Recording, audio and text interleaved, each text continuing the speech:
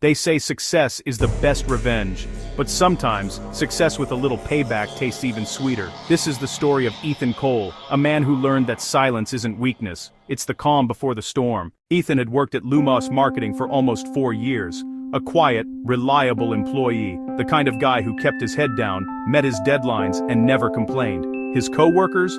Well, let's just say they weren't exactly team players, especially Daniel, the golden boy of the department, charming, confident, and ruthless when it came to taking credit. And then there was Chloe, the manager who pretended to care but only looked up when someone made her look good. Hey Ethan, you're still working on that campaign?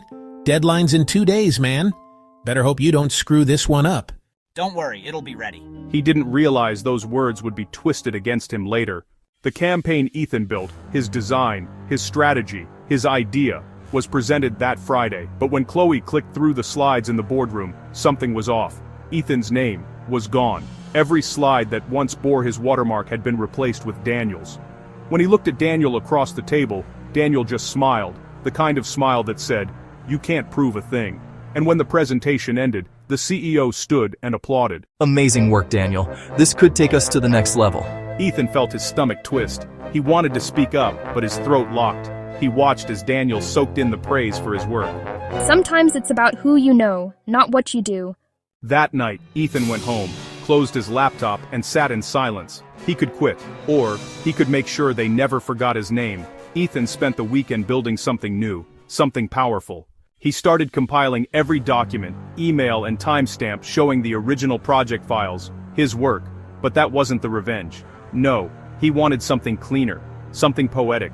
Ethan knew the company had been using pirated marketing tools, shortcuts that Daniel and Chloe approved to save costs. He also knew the CEO had no idea, so he built an anonymous report, professional, detailed, and backed by evidence. Then, before sending it, he made one final move.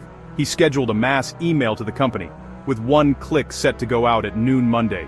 The subject line, "My resignation and the truth."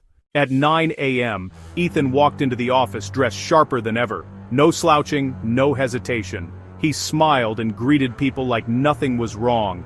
At 11:59 a.m., he took one last sip of coffee. 12 p.m., click. Every inbox in the company pinged.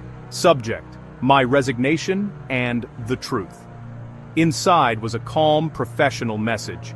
"Dear Lumos team, I've decided to resign effective immediately. Before I go, I'd like to clarify some recent confusion regarding ownership of the latest campaign.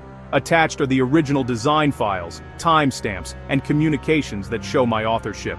Additionally, I've attached documentation regarding the use of unlicensed software that may pose legal risks to the company. Thank you for the opportunity. Wishing you all the best. Ethan Cole."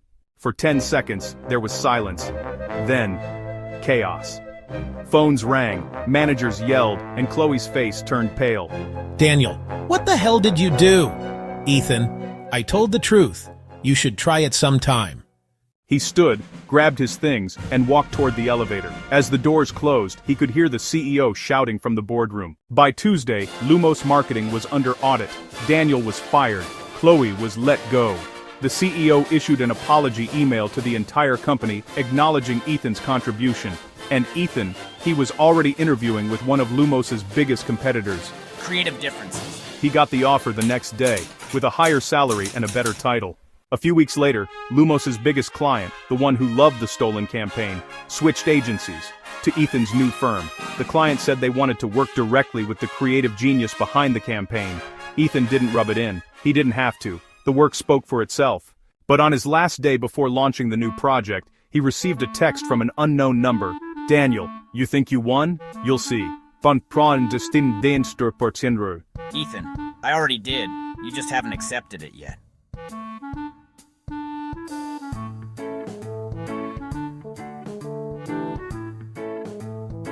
For once, he wasn't invisible. He was unforgettable. Sometimes revenge isn't loud. It's not about shouting or breaking things or proving people wrong. It's about letting your success and your peace make the noise for you. Ethan didn't just quit his job, he quit being walked on, and that was the sweetest revenge of all. If you enjoyed this story of sweet revenge, hit like and subscribe for more powerful stories that remind you, karma always clocks in.